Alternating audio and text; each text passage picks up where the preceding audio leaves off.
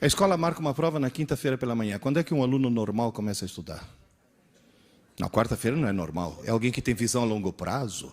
E um aluno que planeja o futuro. É o chamado aluno longemirante. Quarta-feira ele fala, mãe, me acorda meia hora mais cedo. Ou na própria quinta-feira. Professora, posso estudar na sua aula que eu tenho prova na aula seguinte? Vocês já ouviram frases assim? Alguém poderia me dizer por que alunos do fundamental, do médio, da graduação e da pós-graduação e do doutorado, por que todo mundo estuda o mais em cima da hora possível? Para não dar tempo de esquecer. E se tiver tudo fresquinho, tira a nota. E depois? Que grande e gigantesca palhaçada é o nosso sistema educacional. Eu sempre falo que o nosso sistema educacional tem duas desgraças. Uma é calendário de prova. Porque aí o cara estuda para prova. Não. E a cultura. Eu já vi mãe falando, ô filho, desliga esse videogame, menino, vai estudar, você tem prova amanhã. Essa mãe acha que está ajudando o filho. Essa mãe está cometendo um crime hediondo. Essa mãe devia ser presa sem direito à fiança. Essa desgraçada está arruinando a vida do filho. Porque está induzindo o filho a estudar, porque tem prova. E mesmo a gente comete esse erro. Presta atenção, isso vai cair na prova. Vocês percebem a distorção? A enorme distorção? Terceiro problema. Somos um país de analfabetos funcionais. Somos um país de analfabetos funcionais. Ou seja, nós somos um país em que, teoricamente, o índice de analfabetismo é baixo.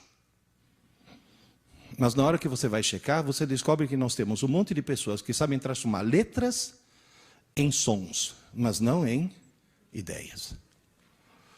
Gente, vou dar um exemplo de analfabetismo funcional, aproveitando que você está aí. Quando eu casei com a tua mãe, era meu filho.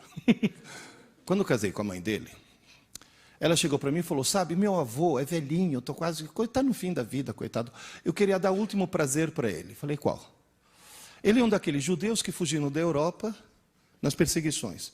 E o sonho dele é ver a neta casar na sinagoga. Você casaria na sinagoga? Eu falei, claro que sim. O patrão é o mesmo. Só muda aqui embaixo quem cobra os 10% de comissão. Vamos lá. Aí eu cheguei para o rabino, Sobel, você me casa na sinagoga? Ele falou, Pierluigi, Sobel aquele das gravatas, aquele que enlouqueceu. Pierluigi, eu vou te casar na sinagoga se você souber ler um reza em hebraico. Tá bom, negócio fechado. E lá peguei. Aleph, Beit, Gimel, Dalet, fui embora. Na hora da cerimônia, agora o noivo vai ler um reza muito importante. Eu peguei. Baruch atah Adonai Eloheinu melech haolam shelo asa isha. Muito bem, Pierluigi. Aí eu falei, ainda bem que ele não me perguntou o que eu li. Porque o que eu sou em hebraico? Analfabeto funcional. Eu sei transformar letras em sons, mas não em ideias. Tanto é que quando fui contar essa história, eu decorei a frase de tão traumatizado que eu fiquei, né? Fui contar essa história para o Asaf, lá do ângulo, ele foi criado em Israel.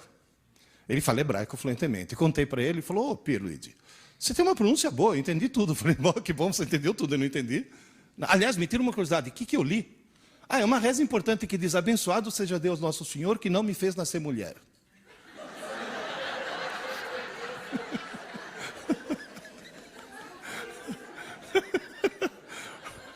Bom, mas para mim está sendo útil. É que quando eu dou aula, chega uma aluna e fala, professor, posso sair? Estou com cólica. Eu falei, pois não, filha. E lá dentro eu penso, Baruch atah Adonai. Hoje o aluno se sente no direito de conversar durante a aula.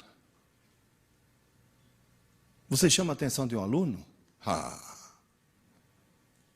Se você chamar a atenção meio rudemente, você corre até o risco de ser processado. Há alguns anos eu fiz uma besteira. Aqui perto abriram um colégio novo. E um amigo meu falou, Pierre, abriu um colégio novo, eu sou diretor, você vai ser um dos nossos professores. Eu falei, desculpe, não tenho tempo. Você vai dar aula um ano só para dar o pontapé inicial. Eu falei, desculpe, não tenho tempo. Pierre, você não consegue uma manhã por semana? Eu falei, não tenho tempo. Pierre, o dono do colégio vai ficar muito decepcionado. Ele já tinha reservado para você uma manhã por semana, $3.000 por mês. Falei, quarta-feira. Quarta-feira, lembrei agora que tem um... Olha, gente, como me arrependo. Sabe, eu ia dirigindo para essa escola, pensando assim, há 65 milhões de anos. Um pequeno cometa, não era nem muito grande.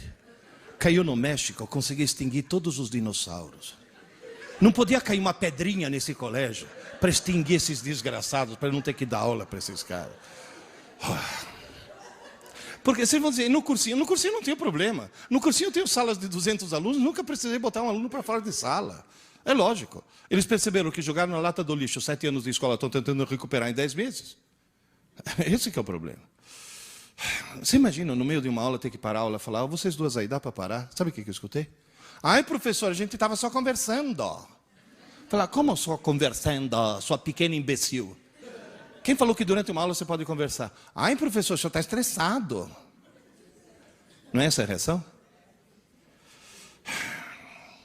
No meio de uma aula, eu estou dando aula de física, estava todo mundo prestando atenção. Falei, Deus existe, né? E de repente, olha, assim, tem uma menina lá no fundo assim. Falei, filha, se liga, vai, presta atenção você também. Ai, professor, hoje não dá, estou na fossa. Falei, você está o quê? Ai, professor, estou na fossa, meu namorado me largou. Falei, fez bem. Fez bem, porque se teu namorado não tivesse largado, você corria o risco de casar com ele, ter filhos e propagar o gene da estupidez gerações afora. Porque alguém que assiste aula assim não pode se reproduzir. Você vai poluir o pool genético da humanidade. Alguém que assiste aula assim tem que chamar o veterinário e mandar castrar.